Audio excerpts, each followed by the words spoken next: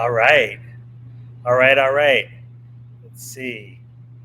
So, hey, welcome in. I'm Chuck the Funk of the six-person production team known as Funk Style Quality. That's FSQ. And I'm here to help you navigate the music matrix. What is this world of music business? And how do you take your creations, whether you're producing dance music, I don't care if it's rock and roll, whatever it is, what is the what are the steps, what are the things that we can take together and learn from each other to be able to grow, reach fans, engage them, and actually make sure that our music that we're making is like making money and also meeting the fans. And that's what we're going to do. So I'm going to take you through a little bit of an introduction to me and what I'm all about, and make sure that first of all that you are hearing me out there. It looks like I got a good mic here. I'm really thankful for Lost Resort TV, Max, J Mac here, 2+2, everyone that kind of behind the scenes, Mike, James have put it all together. This is the first show. We've got some great guests today. We've got Moody Jones. Moody Jones is an artist, but like myself, because I'm an artist, right? I'm part of FSQ. Moody Jones is this senior vice president of creative and digital Empire. And Empire is a music distributor. And like, these are the people I want you to know, the people that I want you to have access to really know how to, again, get your music out, right? Like, get on the Beatport charts, get on Spotify, get on playlists, make sure that your music's being heard, because I think there's so many shows of all of us streaming as we DJ around on Twitch, but there's not enough of sharing of information and figuring out the ways to get to the top. So I put together a few slides, let me pull them up, that kind of tell you about who I am and why we're doing this, and I hope you enjoy it. So let's see. We're going to share the screen, and we're going to share this one. So let's see. And we're going to add the stream, and we're going to make it big, right? How about that? That looks cool. Okay. So thanks to James, I forget James' last name, put together this really beautiful, great graphic. And let's see, do you like me in the frame? I don't know. I think maybe we'll put it just to the full slides. Okay. So here's the mission statement, right? To present weekly developments in the music industry, covering three things I think that are important because they're different aspects of music business, right? There's the business, which is like, where's the money going? Who's making what deals? Technology, because there's so many tech tools and things that we can use as artists to really, again, reach, grow, engage our audiences. And I want you to know about all the latest technology, right? I know we've been talking a lot about NFTs, non-fungible tokens. What is that? Now there's a new one that's out called DAO, Decentralized Authoritative Organization, or something like that. So there are all these acronyms, there's all these technologies. We're gonna like get you involved and hyped on tech.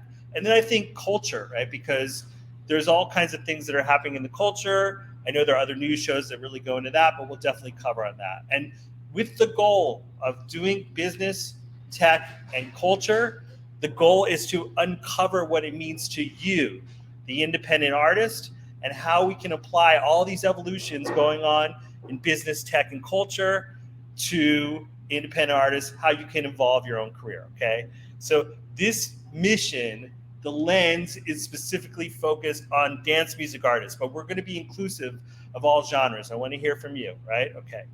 So what are the topics? Like, what are the things that matter that I think maybe you're not thinking about? Okay. I told you we have Moody Jones today. Moody is from a music distributor called Empire. And like, a lot of us are self-releasing our music. Maybe we're using DistroKid. Maybe we're using CD Baby, very small independent distributors. Maybe you want to level up and get with a distributor that can push you a little bit further and put you on playlists and get you that sync deal with a video creator. So music distribution is key. That's one of the topics. So we're going to go beyond the art of production. We're going to go beyond talking about DJ gear, we're going to talk about how do you distribute, market, and sell your music, right? And survive the music business. That's what we're going to do here. So music distribution. Music metadata is super important. Like, did you know that when you send your music to Spotify or Apple Music, you have 3 metadata fields that you need to fill out, right? Which is who is the song composed by, who is the song performed by, and even Spotify allows you to add a producer metadata field. So I want you to know what things you should be sending to your distributor so that you've got the proper metadata so that people can actually find your music on streaming, right? Because if there's 60,000 new songs appearing on Spotify every day, the way that you've tagged that and you've put the metadata in is how people are going to find the music. Okay.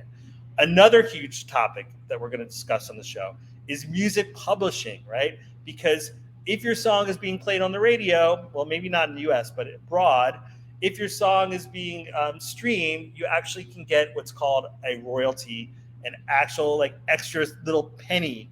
But that adds up, right? When you get to maybe 1 billion streams, and we're going to teach you how to get to 1 million or 1 billion streams in the show, the Music Matrix. Okay. Another thing, music marketing, right? And digital marketing. Do you know that every single release that FSQ does, we invest at least $500 in marketing behind every single release, whether it's an original track or it's a remix. And why? Is because we have to get the algorithms working.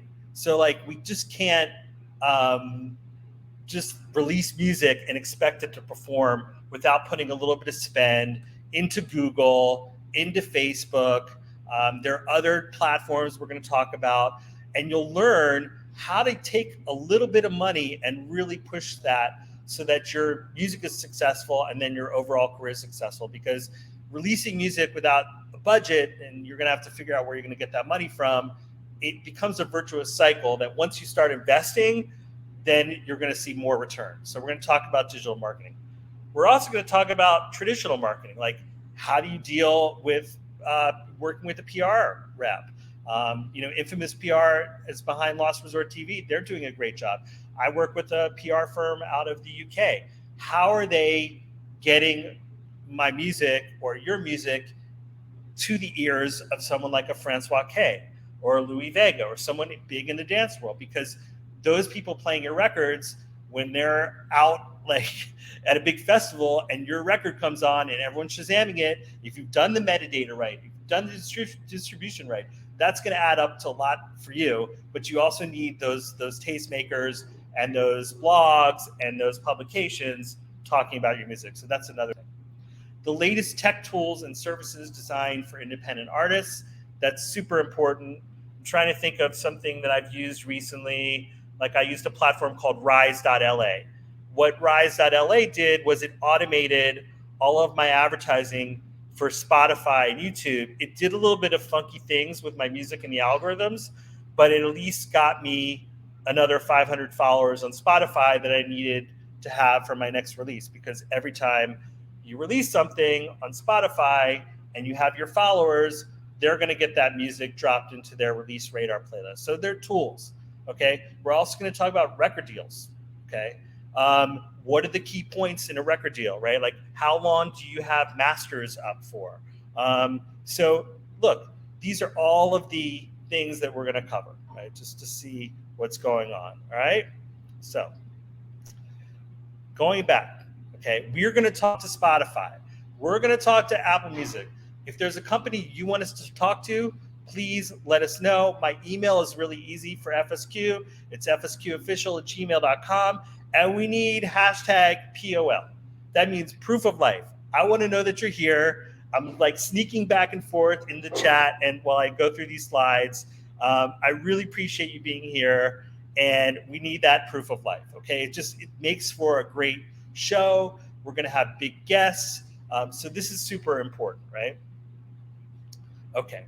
So this is like my huge bio. And I'm just going to stop sharing for a minute and just talk to you about why me, right?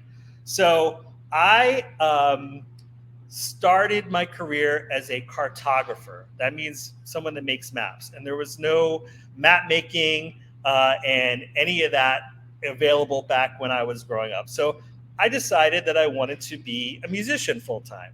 And I fortunately knew George Clinton of George Clinton and Parliament Funkadelic. Some of you may not know who George Clinton is.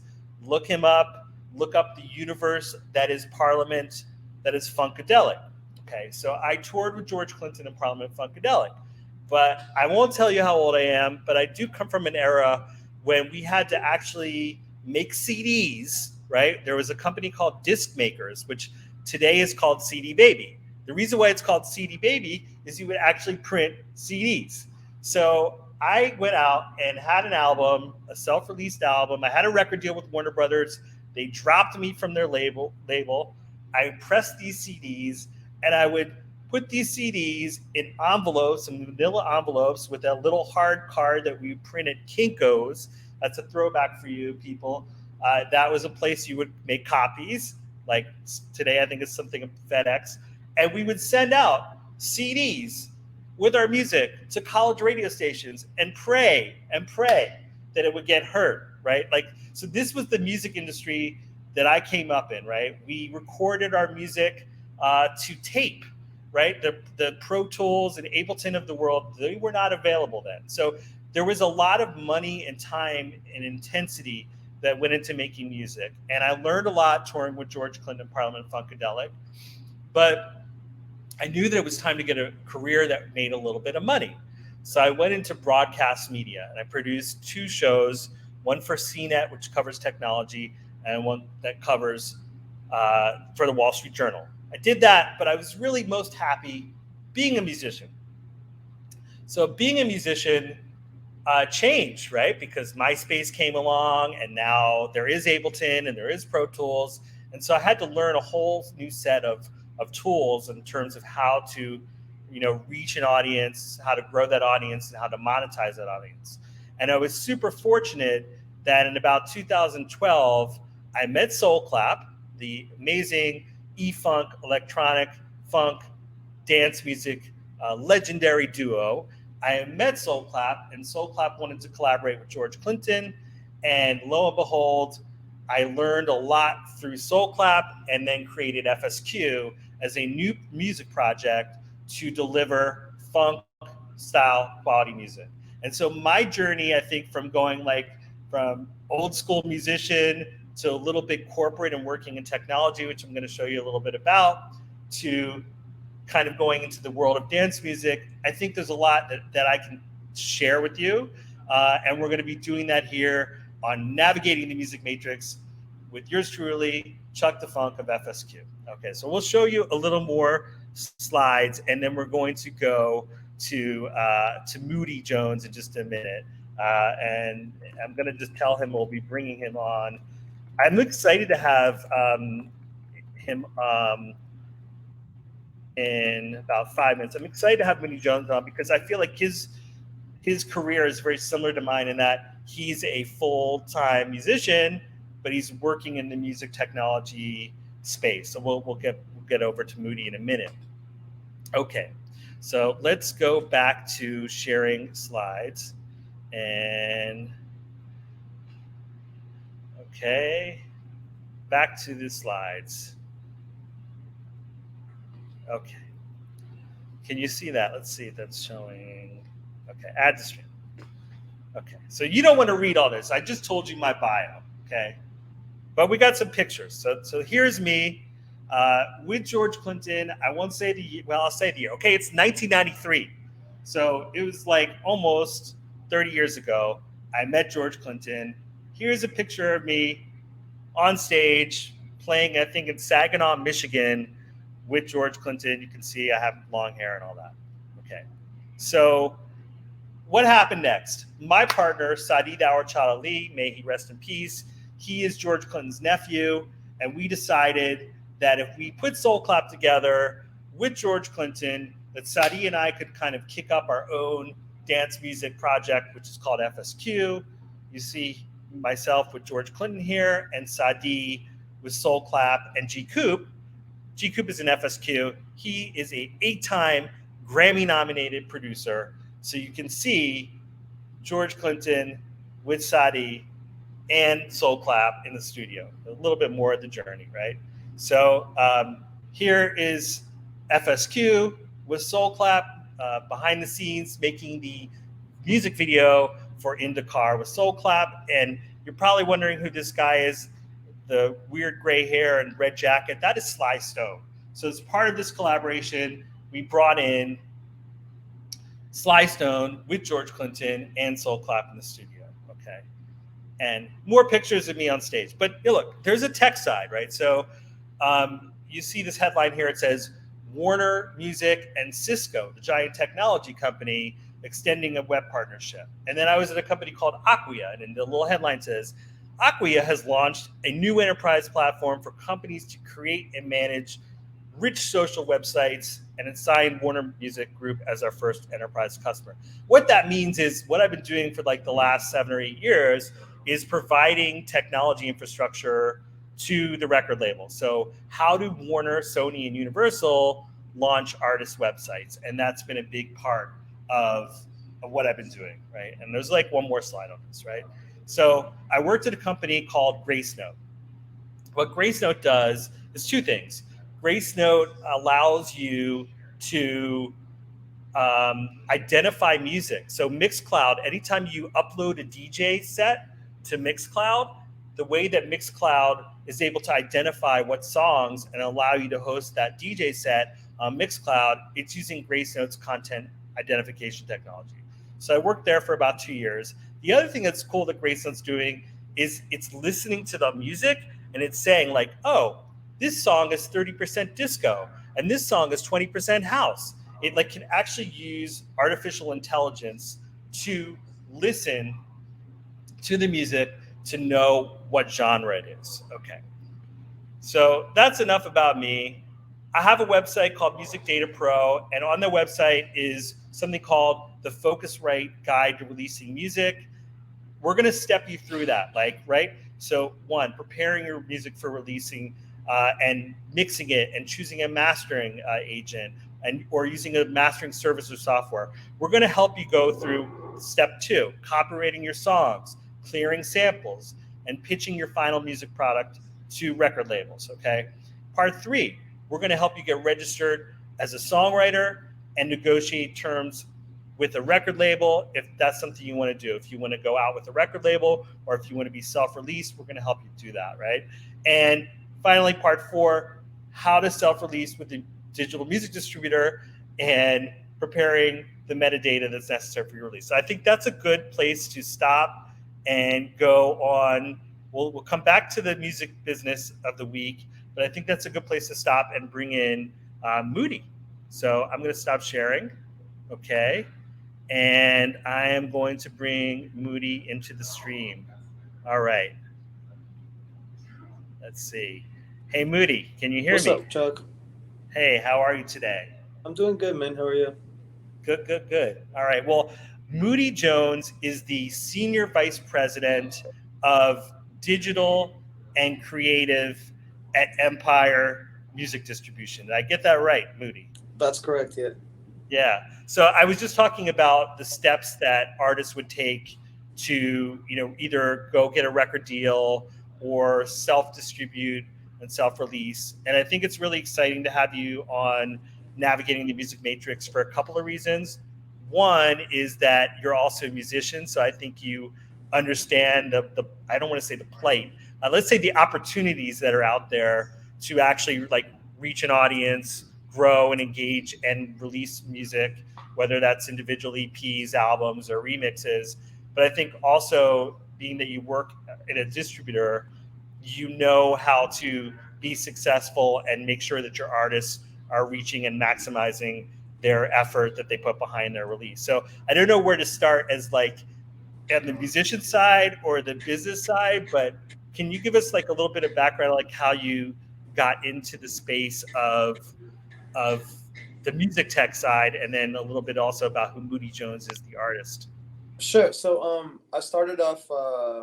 I used to do events in Montreal, called Everybody Knows, and we would pair up local artists with international artists to kind of help, help everybody know about the local artists. And I remember at the time, we were booking like Disclosure and barely selling out. We were booking Kitchenada, barely selling out. Um, and then eventually I got a bunch of tech jobs. One was like at a video company, one was like an ad agency that was like very corporate, and then I started an HR company with my roommate, and basically we joined an accelerator program. At the end of the program, our investor bought us out, and he was invested in a music agency that did remix competitions. And so I joined the company, and we kind of pivoted from doing remix competitions to actually running marketing and ad campaigns.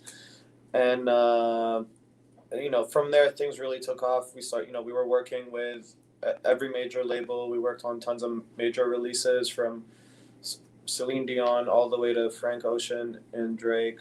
And then Empire was one of my clients, and like we started having a much deeper relationship, and I started consulting for them on the side. And then eventually they offered me a role, so I moved from Canada to San Francisco. And it was funny because throughout that, I think I met Eli a whole bunch of times, kind of like from warehouse parties to festivals to movement in Detroit. So it's cool that we have that, and we kind of overlap on that side. And so I've been at Empire now for almost 4 years. I oversee most of the rollout of any priority releases that we have. And the artist side, I did the whole like touring thing. I did over like 30 cities. I loved all that. I love that life. And then when the career took off on the marketing side, I kind of took a break. But then last year, I figured it made sense to put out music again to better understand what artists go through today. Because when I was putting out music, all we cared about was Beatport. That's the only thing that mattered. Yeah. You only looked at Beatport charts. You didn't look at Spotify or any of that shit. So I was like, oh, I want to put out a record now to better understand all the behavior artists go through today. Everything from uploading your record to changing your artwork to checking how many streams you got, what playlists you got, like all those different notions, to better understand how to serve my clients, pretty much. And I put out a record, I think in like January, and it kind of did really well. So I was like, oh, maybe I'll keep doing this too. I think I know that. I think I know that record. You're talking about Gold Action, right? With Life. Yeah. So I'm like, okay, cool. So at the beginning of this year, I was like, okay, I'm gonna put out 4 records this year. That's gonna be my goal on the artist side. And then the label side has just been growing a lot. I asked Empire to add the creative part to my title, just because because we're an independent label, everyone wears a lot of hats, and I didn't want to be limited to just digital. Because sometimes, I'll sign acts, sometimes I'll do events, sometimes I'll shoot a music video. It's like so I added creative, so there'd be no end really to the role. That's awesome. I mean, I want to go back to something you said about like having Katandra and some other artists early. I think a big part of what makes you successful, and I don't know how to impart this to other people, is that it sounds like you had a really good ear or eye for talent early. And talk about a little bit like how if you didn't sell out or they were barely selling out or like it wasn't working, how did you get people to be convinced that you were pulling in the right artists and build on that early bookings? I mean, it's a good question. Like, I've been asked this question before, but now you're asking it at a very interesting time, because I realized recently that it's good to be ahead of your time, but it's also it's almost bad if you're too ahead of your time. And that was something that I struggled with for so long. Is I was bringing in acts when they were like really way too small. I knew they were gonna make it, but they were they were way ahead of their time. You know what I'm saying? Right. Like when I booked Katra, and I remember at the time, he asked us to book his brother too. His brother was underage. I had to sneak him in to play, and Katra was opening up for me. And at the time, he only had SoundCloud, and I think I paid him $400, and it was a free show, and we couldn't even fill the place. And now that he's like a Grammy winner, I don't know, 2 or 3 time Grammy winner, um, probably one of the biggest Canadian exports. You know, still has a long way to go. Like he's still early on in his career, but at the time, even though like people that showed up to that show showed up because they know me and they trust that I have good taste, but that's not enough to really bring in people. You know what I mean? So I think if I were to redo it, I would have just. I mean, all this to say is like know when you're ahead of your time and when you're too ahead. I like that. Know when you're ahead of your time and too ahead of your time, or behind. Sometimes you're so far ahead of time, you're behind Yeah, hindsight. I mean, I like that. even on the house scene, like the last like 3 weeks I've been at, or 6 weeks I've been at festivals every weekend, and like the house music that's blowing up now is the house music that when I was playing, people were telling me I can't play the shit because it had like hip hop samples or because it was like in between genres, and back then people would be so upset. They would be like, "You can't be playing this," and now that's really what everyone's playing. Um, and so when I was doing it back then, my whole set would be like that. You know what I'm saying? But if I had just done 1 or 2 records, I would have been fine. But you know what I'm saying? It's so now when I'm playing music today, I'm literally going back to my playlist that I did 5 years ago and playing that music because now everyone's Wow. on. I mean, do you think that's part of the success of Gold Action? It does have the hip hop and house thing kind of happening.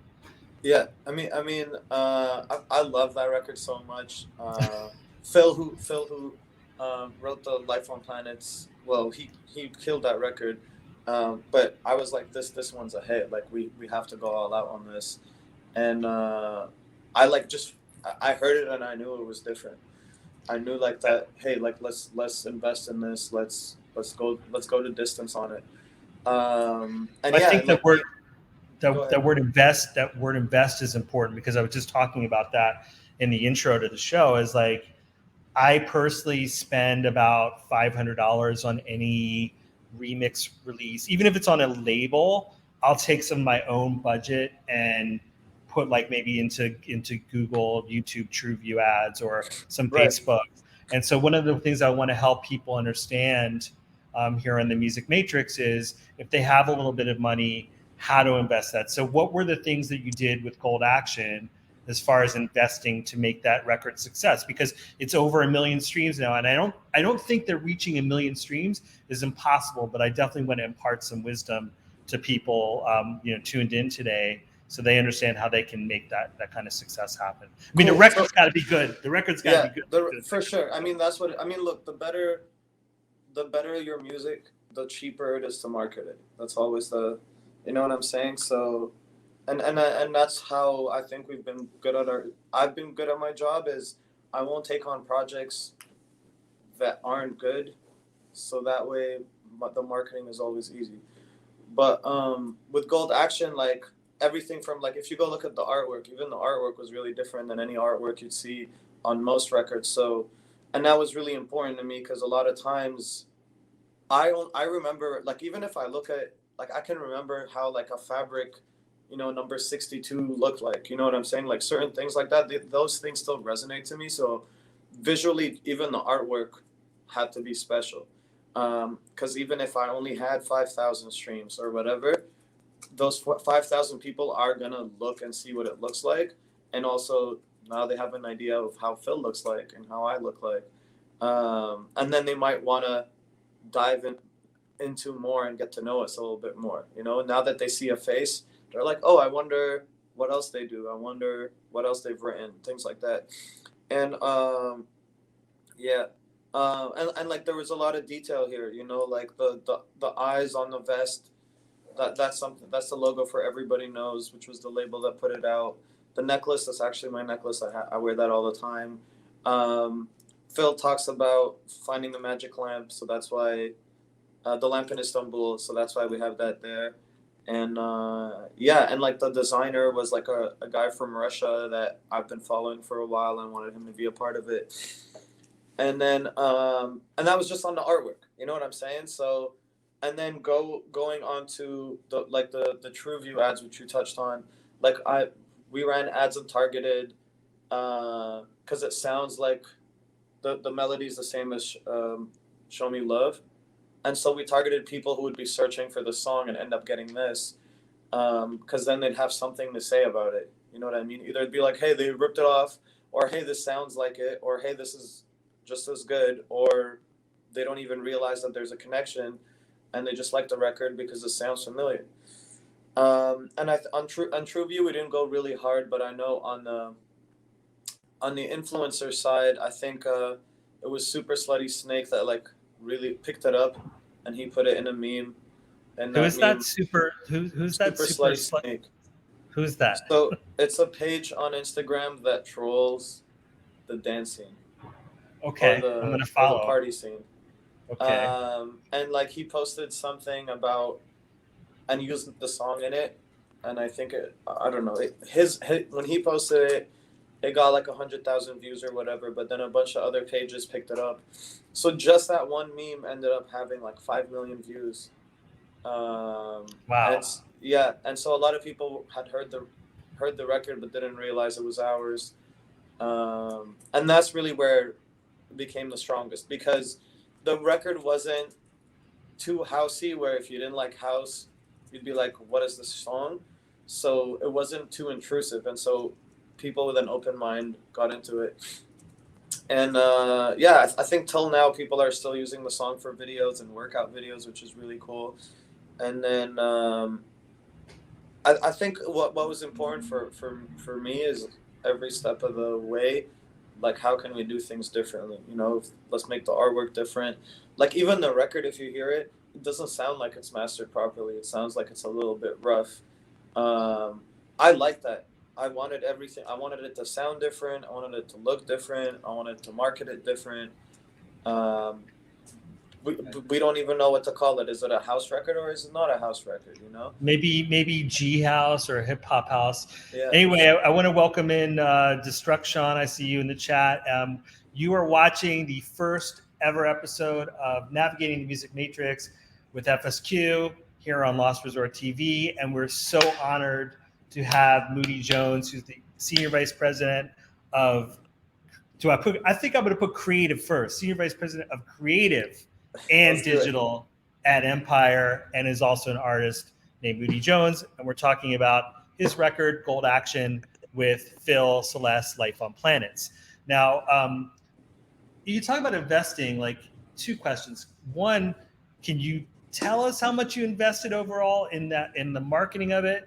And then two is, what was the velocity? Like, okay, so it got to 1 million streams. It's been out almost a year, right? Came out, I think, October, November last year.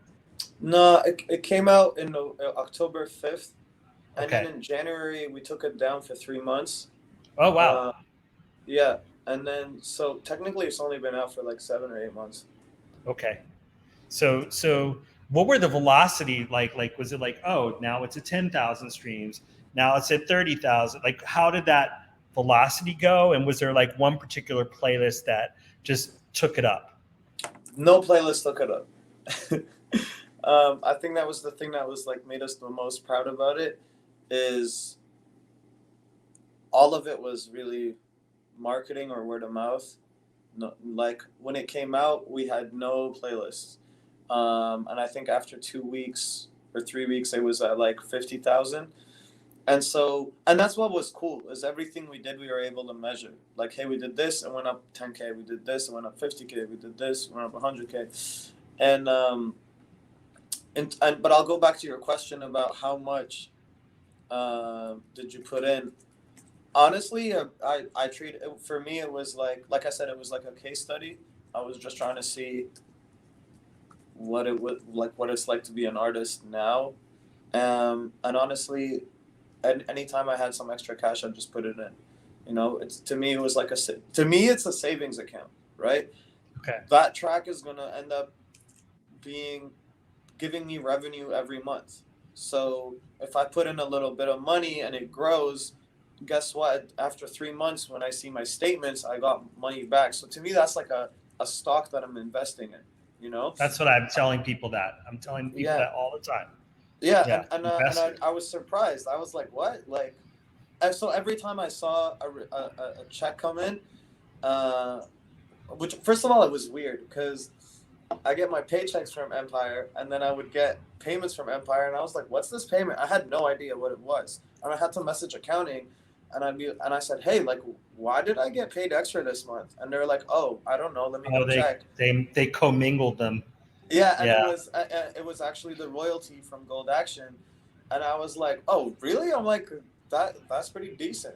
And so when I got that, then I'd be like, "Hey, let's use half of that back into the record." You know, so Okay. every month I got a bit of money, I'd put money back into the record, um, and now it kind of just runs on its own.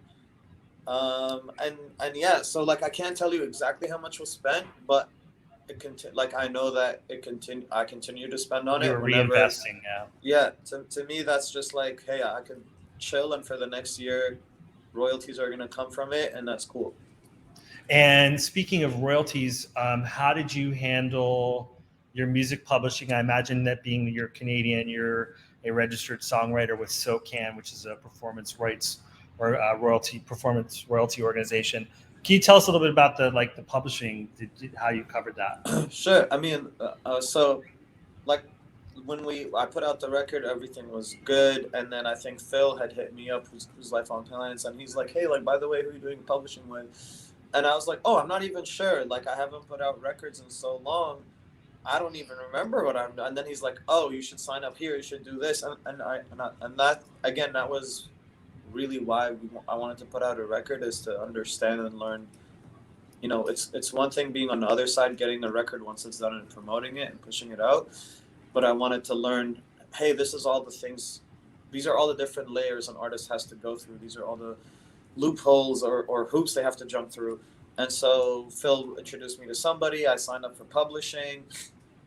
And then what was really great is like on Empire's back end, they automatically split the royalties. So whatever the splits are for writers or producers or whatever, and then it automatically splits the revenue that's made off a record. So it takes away a lot of the work that usually would be involved in figuring it out and calculating.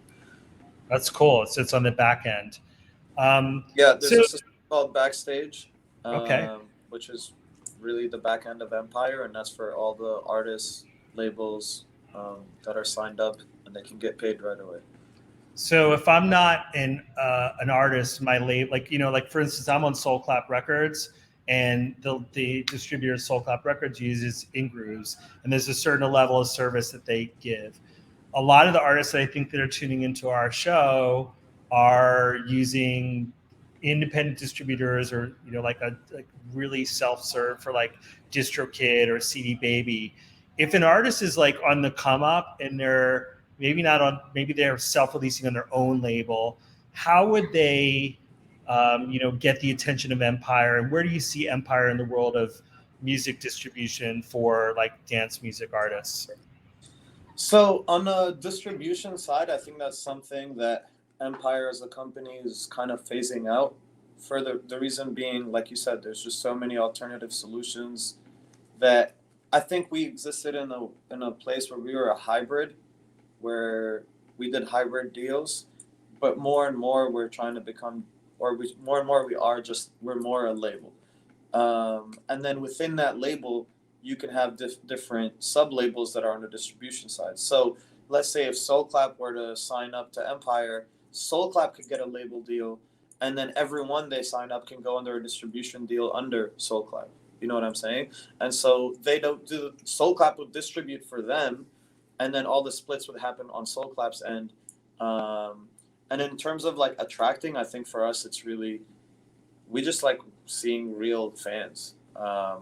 That's all it is really, if there's a fan base, then let's have a conversation. The dance, I've been me and a lot of people that I've been talking to really think that dance is having one of its craziest moments right now, because what happened during the pandemic where people sat at home and majority of the music they listened to wasn't dance.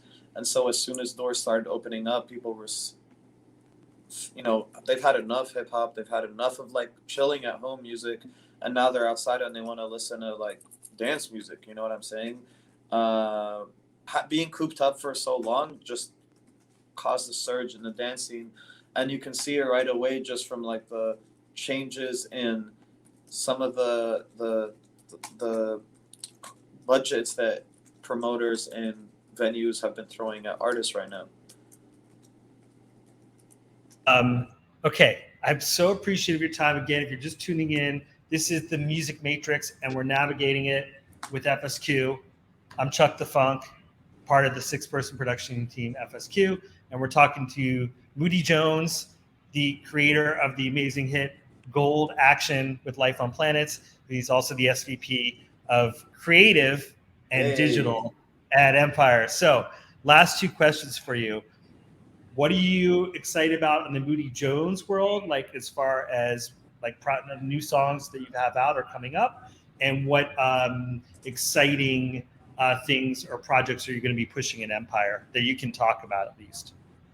Cool. Let's start with the Empire side. So I'm only gonna say things that I know are like you said are happening. So for sure the Aaliyah catalog, that's a huge one. The first song I ever put out. So you guys got rights to reissue Aaliyah's catalog. You talk about that. Well, it's not really reissuing. The catalog was never on DSPs. It was just like stuck in this pendulum because the way her estate is distributed is some people in her family own her image, and some people own her music, and some people own the rights to using this. And so it was a mess. It was a lot of work to finally get everyone on the same table. And so we're finally putting out the whole catalog on DSPs. And that includes like stuff like the Romeo Must Die soundtrack and the Exit Wound soundtrack and Timbaland and Magoo's album and JoJo, just I didn't know was part of that. And the first song, which is great intro to songs I'm excited about. But the first song I ever put out was called Everybody's Dirty. And it was a sample of Timbaland and Aaliyah's Are You That Somebody? So it's cool that now I get to work on the actual original record. Yeah, I love that. And then, on the personal side, there's me and Life on Planets dropped a Shake record a few weeks ago. Also amazing. I love it. I love it. And the visualizer, I don't think we can play it on screen, but I love the visualizer you have for that. So. Thanks. And then there's another record with an artist named Santino Lasaint dropping in a few weeks, and then one with an artist named Carrie, and that's it. That's my goal for this year, and I'm done.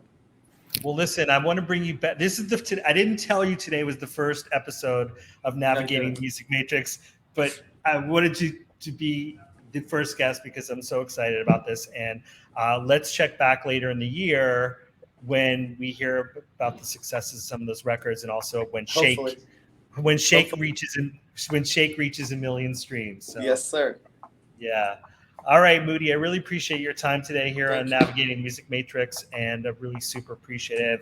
Everyone go stream Gold Action and Shake. You can find it under Moody Jones featuring Life on Planets. Have a good one, yeah. All right, thanks, Moody. Okay. All right. Matt Coogan, hello. What's up, Chuck? How you doing? Can you hear me? Yeah. Can you hear me? Yeah. So I want to introduce you guys to my next guest. We're already running out of time on the first episode of Navigating the Music Matrix with FSQ. And now you've got 2 members of FSQ. I think we'll be making the rounds of the studios from the various members of FSQ. There are 6 of us. And I think it's important to have people like Moody Jones, who we just had from Empire, Matt Coogan, who you're seeing on the screen there. His artist name is One Era, and he's actually, like Moody, another person working in the music business, Matt, tell us what you're doing to pay the bills and help also the next generation of musicians. Well, I have a day job at Steve Weiss Music where I buy instruments from all around the world that we sell. But and besides that, I do a lot of mixing and mastering here in this little basement lab down here. Yes, let's look at that. Lots of Oh junk. man, what nuts from this junk? What's your favorite piece? What's your favorite piece in there? The Apollo interface is pretty used all the time, obviously, and my Dyne Audio monitors. Drums are always in use. Yes, Matt is the best live. If you'll hear live drums on most of the FSQ productions, and that is Matt playing live drums. I'm super believer in live drums on FSQ. Yeah, they make a huge difference, Yeah, guitars and basses on everything. I mean, that Strat is pretty much used on every FSQ record. Yes. Right there. Yes. Yeah, and the Wurlitzer, the Prophet. All right. Well, Matt, you're going to be my guinea pig because part of the idea of this show, and it's great to have somebody along with me for this ride. Part of the idea of the show was to break down the week's music tech, and music culture news. So I'm going to run through this. We're going to run through it in the last 9 minutes we have, and I would love your reaction or any input you have. Let me pull up I was very diligent on curating what I thought were the most important pieces of news of the week. So let's start with here, and let's see what this looks like in the add the stream.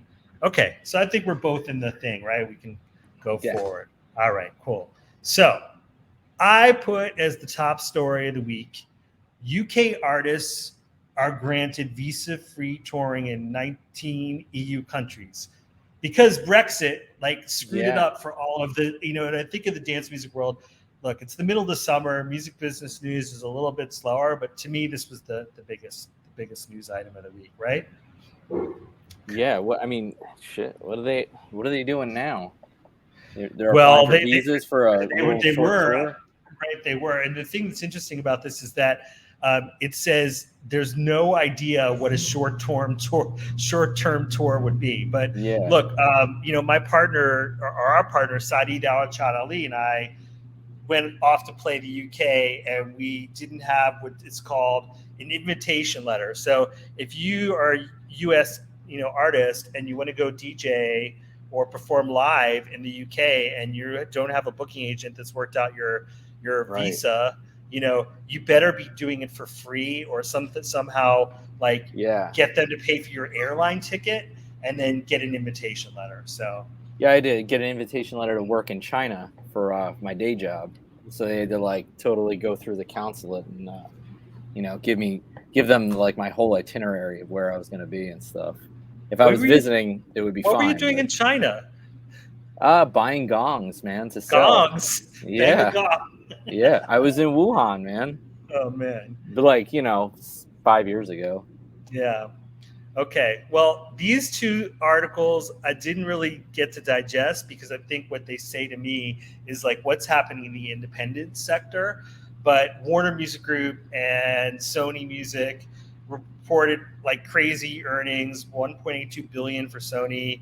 I forget the number on Warner. Also, Live Nation reported that their revenues are up 677% for the quarter as far as music, live music coming back. So it's a big, robust time. But I need to spend the next week when I'm back. I'll be back on the air on, I think, Monday, August 16th, which is my birthday. And I will be telling you what these numbers actually mean. What I think is cool, and Matt, you know a little bit about this, is what's really been happening the past few weeks in the music business is a big wave of acquisitions with music publishing. So that's what I was going to say. I know Dylan sold off all his catalog. And I have a slide of that. We'll get to that. That's probably where all their earnings are coming from, man. Well, Primary Wave is they have both music touring businesses, but they also have publishing. And they last week acquired up to 42% of the estate of Prince. Wow. from the air. So like they took it from his, his sister and his uncle and all the different people in the family that had holdings. And this is like a lot. This is, they get the rights to Prince's publishing. They get the Wow. rights to the master recording income stream, which means that like if they want to put on streaming like Spotify or Apple Music, Yeah. they can do that. Um, and it's pretty cool. Like it's everything. I mean, it's also the name, likeness, and brand once the estate comes out of probate. So just to give you an idea, like Michael Jackson died in 2009. I don't Mhm. think his estate came, at least the tax issues around estate just came clear like last week. So this is pretty cool. But what we're going to be talking about over the next couple of weeks is like, how do you as a dance music artist like make sure you have your publishing covered? And I know, Matt, you and I have been going back and forth on some of the FSQ publishing, and we Yeah. have to like sort all of this out and make it understandable for people. So Well, all right. you're using an administrator too, right? I don't think I use one, so maybe that's. Yeah, I'm using Song Trust, and we're going to get into that whole world. I feel Yeah. like we're always, this is the first episode and we're running out of time. So we'll go through it. But Oh, yes, sorry. no, it's okay. We're running out of time. It's just funny. I'm so excited about this episode. But look, you're like you said, Bob Dylan, he couldn't sell his catalog for a bit because there was one writer like who said, I'm owed 7 million of that 300 million. Oh, And right. Yeah. yeah, and so Bob Dylan won that lawsuit. So that was the big news Okay. last week. But look, I have a slide. Like, there's something going on in the dance music world with this, right? David Guetta sold his catalog for 100 million in Yeah. a deal with Warner Music, and then I don't know if you remember that song by AWOL Nation called "Sail." So the guy who's behind AWOL Nation, Aaron Bruno, he also sold a stake of his catalog to Primary Wave, which is the same company that owns the Prince, this 42% of the Prince. Yeah. Right. estate. Right. So I'm going to do one more story, which I think is pretty cool, and I think you guys should all go check it out. It's called "When Numbers Lie: How to Spot Fake Spotify Data in Music." Or this is specifically Spotify, but how to spot fake data in music and why it matters. So, Matt, do you want to guess the 3 things that you can tell when someone's got fake streams? No followers and a bunch of plays. I don't know. I'll go to okay. So there's a couple things, right? The top cities don't make sense. Like if you see an artist, because you can go on Spotify, you can look at that artist and see where they're streamed the most. Like if you see somebody from like Sacramento, like an artist, like a rock artist in Sacramento, and their like top cities are like Helsinki. And, that would make sense. It's like when they, or their Philippines is another one you see, like Right. Bali. If you see Indonesia or Philippines, and they're like it could be like a dance music artist, but you're not big in Asia. That means to me that you've got fake streams, or you've bought your streams. Also, like suspicious playlists.